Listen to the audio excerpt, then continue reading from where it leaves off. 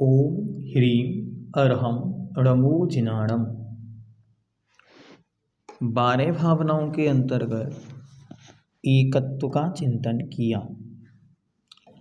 एकत्व अर्थात मैं एक हूँ, अहम इक्को, मैं एक हूँ। अब आज पंडित जी साहब अन्यत्व भावना का स्वरूप बदलाते हैं। अन्यत्व जिसे हम भिन्नत्व भी कह सकते हैं। मैं बाकी सब से भिन्न अलग हूँ। आइए देखते। छंद नंबर 7। जल पै ज्यों जिय तन मेला, पै भिन्न भिन्न नहीं भेला। तो प्रकट जुदे धन धामा, क्यों हवीक मिल सुत रामा। जल पै ज्यों जिय तन मेला, पै भिन्न भिन्न नहीं भेला। त्यों प्रकट जुदे धन धामा, क्यों हवे एक मिल सुत रामा। अर्थ देखें। जीव अर्थात जीव, आत्मा, तन मतलब शरीर, जीव, आत्मा और शरीर। जल पै ज्यों, पै मतलब होता है दूध, जल मतलब पानी, तो पानी और दूध के ज्यों समान मेला मिले हुए हैं। जीव अर्थात आत्मा और शरीर ऐसे मिले हुए हैं जैसे दूध में पानी। पे तो भी भिन्न भिन्न अलग अलग हैं। भेला एक रूप मिले हुए नहीं हैं। तो फिर प्रकट स्पष्ट रूप से जुदे अलग दिखने वाले धन रुपया पैसा, धाम अर्थात इस मकान, धाम जिसको बोलते घर, श्रुत अर्थात पुत्र, रामा मतलब स्त्री आदि मिल मिलकर एक एक क्यों कैसे हवे हो सकते हैं। पंडित जी साहब उदाहरण एकदम परफेक्ट देते। कह रहे हैं जैसे दूध और पानी आपस में मिले हुए हैं, लेकिन फिर भी पानी पानी है और दूध दूध है, वैसे ही शरीर और आत्मा यद्यपि मिले हुए हैं, लेकिन शरीर शरीर है और आत्मा आत्मा है। दोनों भिन्न भिन्न अलग अलग हैं। दोनों एक दूसरे से भिन्न अलग हैं। लेकिन क्या परेशानी है, हम आज तक इन दोनों को एक मानते आए हैं। और इनको तो छोड़ो, पंडित जी साहब कह रहे हैं अरे जो प्रत्यक्ष में हमसे भिन्न अलग दिखाई पड़ रहे हैं, ऐसे रुपया पैसा, धन, मकान, पुत्र, स्त्री, ये सब कैसे एक हो सकते हैं। जिस शरीर में हम रहते आए हैं, जब यही हमसे भिन्न अलग कुछ और है, तो जो प्रत्यक्ष में ही हमसे सर्वथा भिन्न है, अलग हैं, वे हमारे कैसे हो सकते हैं। अर्थात मैं इन सब से सर्वथा भिन्न हूँ। अन्यत्व का अर्थ ही है भिन्नत्व, अलग होना। मैं जिस शरीर में रहता हूँ, जिस शरीर में मैं रहता हूँ, वह शरीर मुझसे अत्यंत भिन्न अलग कुछ और है, और मैं जीवात्मा भिन्न अलग कुछ और हूँ। मैं चैतन्य द्रव्य हूँ और यह अचेतन द्रव्य है। दूध और पानी मिले हुए हैं, आपके सामने रख दिए। अब आप क्या कहेंगे, आप सोच रहे हैं कि यह दूध और पानी जो मिले हुए हैं, ये देखकर कोई ये नहीं समझ रहा है कि दूध कौन सा है और पानी कौन सा है। क्यों? दोनों मिले हुए हैं। लेकिन अगर अलग से कोई दूध एक पात्र में रखे और एक दूध में पानी पात्र में पानी रखे तो सबको समझ में आता है कि ये दोनों भिन्न भिन्न हैं, अलग अलग हैं, दोनों अलग अलग हैं। लेकिन जब दोनों को एक साथ मिला दिया तो अलग अलग दिख नहीं रहे हैं। फिर भी पंडित जी साहब कह रहे हैं अलग अलग नहीं दिखते हुए भी वे दोनों भिन्न भिन्न हैं। पानी पानी है और दूध दूध है। ऐसे ही यहाँ पर जो दूध है वह हमारी आत्मा है और पानी हमारा शरीर है। दोनों अत्यंत भिन्न अलग अलग होने पर भी एक साथ रहते हैं, एक मेक दिखते हैं लेकिन होते नहीं हैं। पानी और दूध के समान आत्मा और शरीर का मिलन हुआ है, किंतु वे दोनों अलग अलग हैं। जब शरीर आत्मा से अलग है तो स्पष्ट रूप से अलग दिखने वाले धन, संपत्ति, मकान, पुत्र, स्त्री, मित्र आदि कैसे अपने हो सकते हैं, ऐसा चिंतन करना अन्यत भावना है। जब जो कब से मिला हुआ है तो कार्बन शरीर की अपेक्षा अनादिकाल से मिला हुआ है, और इस जन्म की अपेक्षा देखें तो आयु के जिस गर्भ में आए थे उस दिन से मैं इस देह में हूँ। जब ये देह ही मेरा नहीं हुआ तो बाकी बाहर की वस्तुओं की क्या बातें करना, अर्थात और सबके विषय में तो कुछ कहा ही नहीं जा सकता। देखते भूधरदास जी क्या कहते हैं इस विषय में। जहाँ देह अपनी नहीं तहाँ न अपना कोई, घर संपत्ति पर प्रगट ये पर हैं परिजन लोय प्रभु जी, पर हैं परिजन लोय। जहाँ देह अर्थात शरीर अपनी नहीं, जहाँ शरीर ही अपना नहीं तहाँ ना अपना कोई, वहाँ अपना कोई नहीं होता। घर संपत्ति पर प्रकट हैं, पर हैं परिजन लोय। ये जो घर संपत्ति ये तो प्रत्यक्ष में पर हैं, ऐसे ही जितने परिजन लोय परिजन लोक हैं, लोग हैं, वे सब मुझसे सर्वथा भिन्न अन्य हैं। ये मेरे नहीं और मैं इनका नहीं। स्वभाव की दृष्टि से ये मुझसे अत्यंत भिन्न अलग हैं। भगवान पूज्यपाद देव पूछते, आज तक आपने हमेशा यह कहा यह घर मेरा है, ये गाड़ी, ये मोबाइल, ये बंगला, ये सब मेरे हैं। भगवान कुंद देव लिखते हैं, क्या कभी किसी पुद्गल ने ये कहा आप मेरे हो? प्रश्न, आप लोग रोज कहते हो ये घर मेरा है, कभी घर ने कहा कि मैं इनका हूँ? आप घर छोड़कर जाओ, दूसरे व्यक्ति को चाबी दे दी, उसको सौंप दिया, उसको रेसिडेंट पे दे दिया या उसको बेच दिया, रेंट पे दिया या बेच दिया, अब क्या होगा? वो उसका हो गया। कल तक आप कहते थे मेरा है, अब वो कहता है मेरा है। ना घर कल कहता था इनके हैं, ना आज कहता हूँ मैं इनके हैं। तो ये मूर्खता क्यों? ये अज्ञानता इसलिए क्योंकि हम वस्तु के स्वरूप को नहीं समझ पा रहे हैं। इसीलिए पर वस्तुएं जो मुझसे अत्यंत भिन्न हैं उनको भी मैं अपना मान रहा हूँ, और वो वस्तु जो अपने में स्थित है वो पुद्गल वस्तु आज तक कभी आपकी या हमारी नहीं होती, वो हमेशा अपने में रहती है।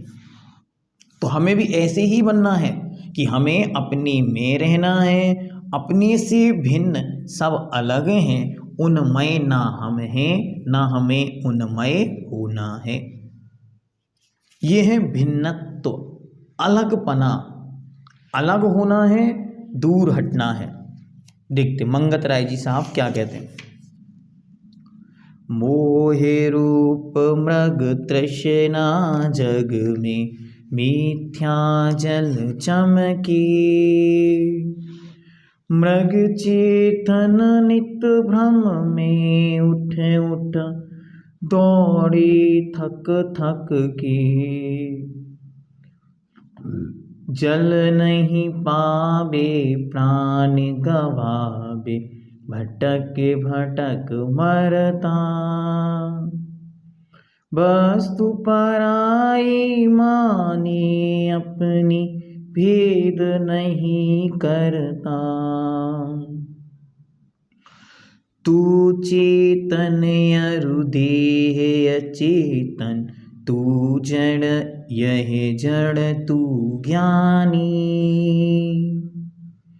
तू चेतन अरु देह अचेतन, यह जड़ तू ज्ञानी,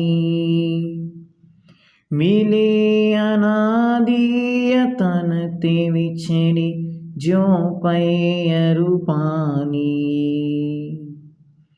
रूप तुम्हारा सब सो न्यारा भेद ज्ञान करना,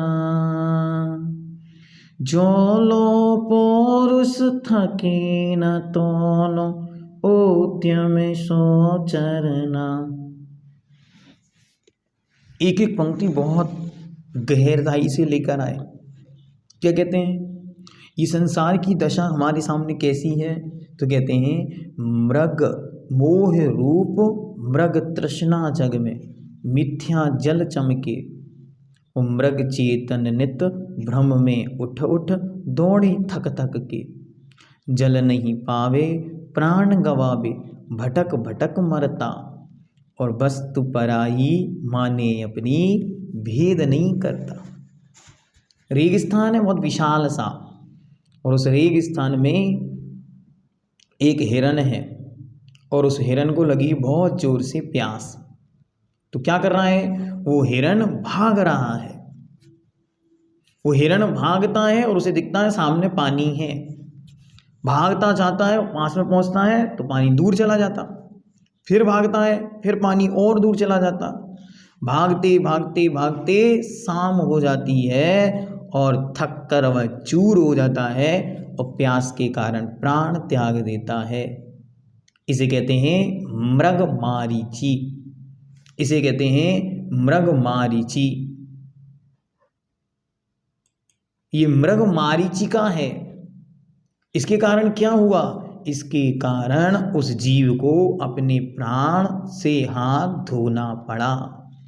ऐसे ही ये संसारी प्राणी मोह रूपी मृग तृष्णा, जैसे मृग उस तृष्णा के चक्कर में भागता है लेकिन क्या करेगा, अपने प्राण खो देगा, ऐसे ही मोह रूपी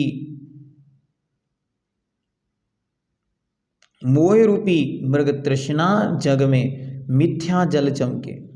मिथ्यात्व का पानी चमकता है, हर चीज के विषय में झूठी धारणाएं हैं, ये मेरा है। ऐसी मिथ्यात्व रूपी जल की चमक को देखकर क्या करता, मृग चेतन नित्य भ्रम में उठ उठ दौड़े थक थक के, और भागता रहता है सुबह से शाम तक, ये मेरे हैं, ये मेरे हैं। इन मेरों की रक्षा में अपने में अर्थात स्वरूप का नाश करता है, और भागता रहता है सुबह से शाम तक। फिर क्या करता, जल नहीं पावे प्राण गवावे भटक भटक मरता। जल नहीं पावे, वो पानी को प्राप्त नहीं करता, और यहाँ वहाँ भटकते हुए अपने प्राण खो देता है, भटक भटक मरता, और अंत में भटकते भटकते मरण को प्राप्त कर जाता। ऐसे ही कोई जीव वस्तु पराई माने अपनी भेद नहीं करता। संसारी जीव क्या करता, पराई वस्तुओं को आत्म वस्तु मानता है, स्वयं की मानता है, उनमें कभी भी भेद नहीं करता, उन्हें अलग नहीं समझता, अपितु वे और मैं एक ही हूँ ऐसा मानता है। पंडित जी साहब कहते अच्छी तरह ये चिंतन करो मैं चेतन, अरु शरीर देह अचेतन। अरे तू चेतन अरु देह अचेतन, बार बार चिंतन करो इस पंक्ति का। मैं चेतन अरु देह अचेतन, ये देह कैसी है? अचेतन है, इसमें जानने देखने की शक्ति नहीं, मुझ में जानने देखने की शक्ति है। यह जड़, जड़ मतलब मूर्ख, ये मूर्ख है। और तू ज्ञानी, मैं कैसा हूं? मैं ज्ञानी हूं। और ये देह जड़ है। मिले अनादि यतन ते विछड़े, ज्यों पए अरूपानी। अरे अनादिकाल से मिले हुए हैं, लेकिन इनका बिछड़ना बहुत कठिन है। जैसे पेय और पानी, जैसे दूध और पानी। दूध में पानी मिलाना तो सरल है, लेकिन दूर करना बड़ा कठिन है। दूर करने के लिए क्या क्या करना पड़ता? दूर करने के लिए बहुत सारी प्रोसेस आपको अपनानी पड़ती, और सारी उन प्रोसेस को अपनाने के बाद अंत में दूध अलग हो जाता है, पानी अलग हो जाता है, जिसे हम खोया कहते हैं। क्या खोया और क्या पाया? तो कहते हैं दूध ने अपना पानी खोया, इसलिए उसे खोया कहते हैं। जिसके आप रसगुल्ले बनाते हैं और आनंद से खाते हैं, उसका नाम है खोया। खोया क्या? उसने अपना पानी खोया, पानी मतलब पर पदार्थ खोया, इसलिए वो कीमती हो गया और उसकी कीमत बढ़ गई। ऐसे ही मैं पर पदार्थों को जो मुझसे भिन्न है, उन्हें जितना जितना खोता चला जाता हूँ, उतना उतना मैं ऊपर उठता चला जाता हूँ। रूप तुम्हारा सब सो न्यारा, आपका रूप, आत्मा का स्वरूप, इस जीव तत्व का स्वरूप इन सबसे अत्यंत भिन्न और अलग है, न्यारा है। पुद्गल नव धर्म अधर्म काल, इनते न्यारी है जीव चाल। जीव का स्वरूप, जीव का स्वभाव इनसे अत्यंत भिन्न है। भेद ज्ञान करना, इसी का नाम भेद ज्ञान है। यह परम पैनी सुबुद्धि छेनी, डार अंतर भेदिया। क्या? एक सुबुद्धि रूपी सम्यक ज्ञान रूपी छेनी इस अंतरात्मा में डालता है और दोनों को अलग अलग कर देता है। 1 सेकंड लगता है और 1 सेकंड बाद कहता है जीवन्यः पुद्गलश्चान्यः यत्यसौ तत्व संग्रह। जीव जुदा, पुद्गल जुदा, यही तत्व का सार। जो कुछ अब तक कहा गया सो उसका विस्तार।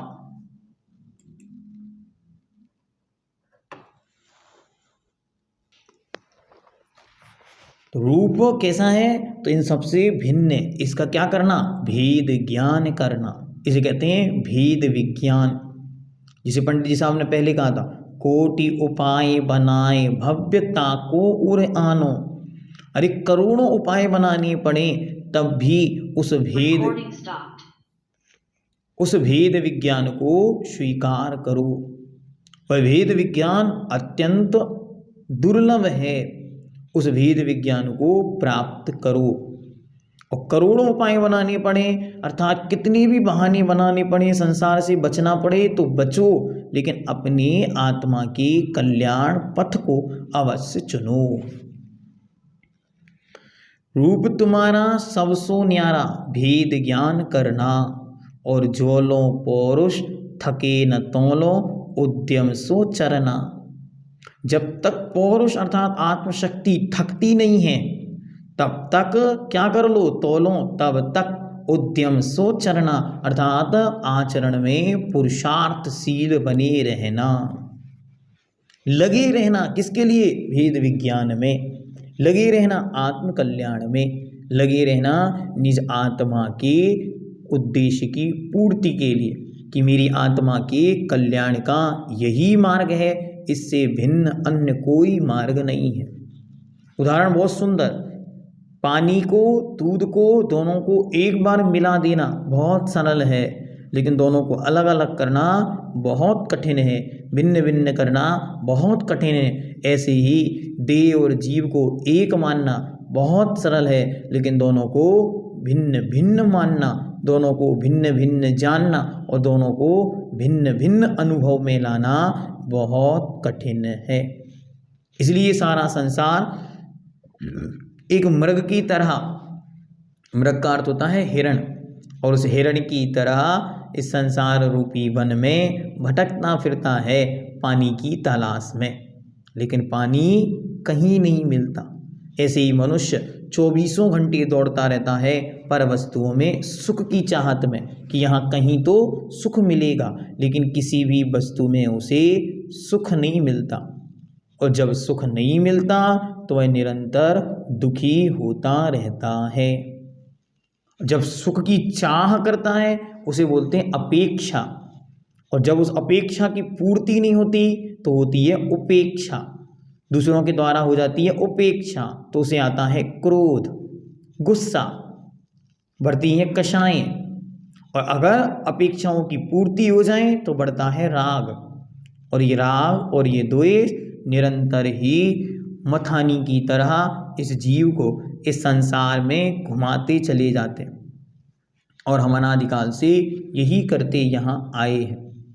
इसलिए अच्छी तरह जो मेरा है उसे मैं मेरा जानूं, और जो मुझसे भिन्न अन्य पराये हैं वह मुझसे किस रूप में भिन्न है यह हमें अच्छी तरह जानना और समझना चाहिए। आइए पंक्तियाँ देखते।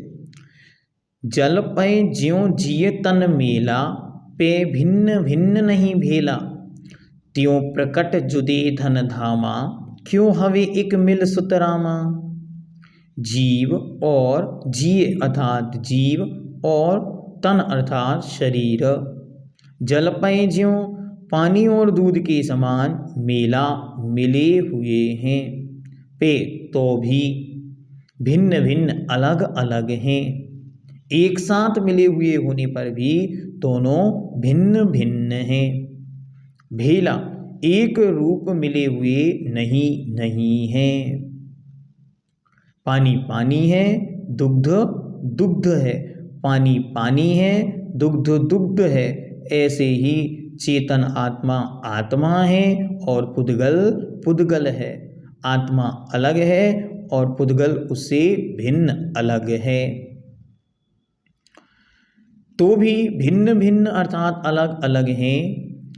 भेला एक रूप मिले हुए नहीं है, तो फिर प्रकट स्पष्ट रूप से जुदे अलग दिखने वाले धन रुपया पैसा, धामा मकान, सुत अर्थात पुत्र और रामा मतलब स्त्री आदि मिलकर एक क्यों कैसे हवे हो सकते हैं।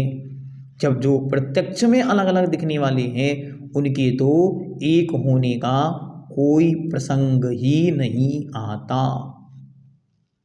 जो प्रत्यक्ष में अलग अलग हैं उनके तो कोई एक में एक होने का प्रसंग ही नहीं उठता, लेकिन फिर भी हमारी अज्ञानता हमारा मोह उन्हें अपना सर्वथा मानता है। भगवान पूज्यपाद देव ने लिखा, वपुर ग्रहम धनम दारः पुत्रः मित्राणि शत्रवः सर्वथान्य स्वभावानि मूढ़ः स्वानि प्रपद्यते। अरे शरीर, वपुः, ग्रहम घर मकान, रुपया पैसा, धन, स्त्री, पुत्र, मित्र और शत्रु, ये सब कैसे हैं? सर्वथा हमेशा हर तरह से अन्य स्वभावानी अन्य स्वभाव वाले हैं, अर्थात मुझसे सर्वथा भिन्न है। फिर भी मूढ़ः स्वानि प्रपद्यते, मूर्ख मनुष्य इन्हें अपना मानता है। अब मैंने नहीं कहा, ये किन्होंने कहा? ये पंडित जी साहब आचार्य भगवान पूज्यपाद देव ने कहा। अब आप लोग बताओ कितने लोग भगवान पूज्यपाद देव के अनुसार कैसे हैं? अब जिन्हें समझ में आ गया वो उन्होंने क्या कहा? जो इन्हें अपना मानता है वह मूढ़ है, मूर्ख है। तो हम कैसे हुए इस पर अच्छी तरह विचार करना। और पंडित जी साहब ने पहले कहा बहिरातम तत्व मुधा है, जो देह जीव को एक गिने वही रातम तत्व मुधा है, तत्व के विषय में मूर्ख है। तो हम इस अज्ञानता से ज्ञान की ओर बढ़ें और भेद विज्ञान की ओर बढ़ें। दो पृथक पृथक मिली हुई वस्तुएं वे आपस में मिल तो गई हैं लेकिन एक में एक नहीं हुई हैं, दोनों अलग अलग हैं। उन दोनों के अलग अलग अस्तित्व को स्वीकार करना ही हमारा उद्देश्य होना चाहिए। हम रोज़ अच्छी तरह 10-5 मिनट का समय निकालें, आंखें बंद करें, हाथ पे हाथ रख के ये विचार किया करें कि मैं शरीर नहीं, मैं आत्मा हूँ। बस 5 मिनट तक बस इसी विचार को बार बार दोहराना। मैं शरीर नहीं, मैं आत्मा हूँ। मैं शरीर नहीं, मैं आत्मा हूँ। मैं चेतन अरु देह अचेतन, यह जड़ मैं ज्ञानी। बार बार इसका चिंतन करना। मैं चेतन आत्मा हूँ, मैं ज्ञानवान हूँ, मैं दर्शन उपयोगी हूँ और यह अज्ञानमय है, अचेतन है, ये मुझसे सर्वथा भिन्न अलग कुछ और है। बार बार इसके विषय में चिंतन करें। बार बार एक पंक्ति दोहराएं। भगवान अमृतचंद्र स्वामी आध्यात्म कला समृत में लिखते हैं, आत्मा शुभावं परभाव भिन्नम, आत्मा शुभावं परभाव भिन्नम, आत्मा शुभावं परभाव भिन्नम। आत्मा का स्वभाव परभावों से अत्यंत भिन्न है, अर्थात आत्मा का स्वभाव भिन्न है और आत्मा से पृथक अन्य पर पदार्थों का स्वभाव अत्यंत भिन्न है। अब इसको रोज 5 मिनट बैठ के और हाथ पर हाथ रख के बिल्कुल भगवान की तरह बैठना। और पहले मैं आत्मा हूँ और ये शरीर मुझसे भिन्न उद्गल है। मैं चेतन अरु देह अचेतन, मैं यह जड़ मैं ज्ञानी।